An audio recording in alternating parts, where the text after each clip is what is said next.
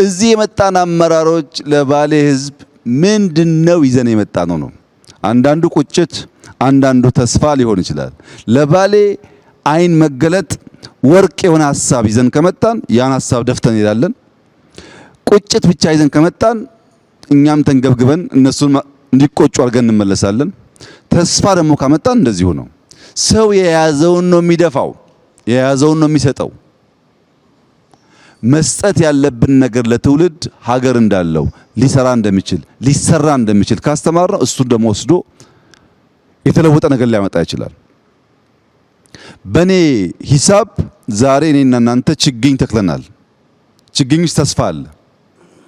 ይሄ ችግኝ ከኛ በኋላ ይመጣው ይኮተኩተዋል፣ ከዚያ በኋላ ይመጣው ያጠጣዋል፣ የሆነ ትውልድ ደግሞ ያርፍበታል።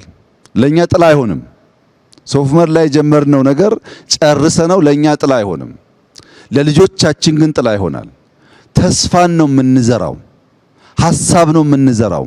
ይሄን ሐሳብ ገዝቶ የተጋ የደከመ ሰው ደግሞ የተዋበ ነገር ለራሱም ለአፍሪካም ይፈጥራል። ተስፋ አደርጋለሁ።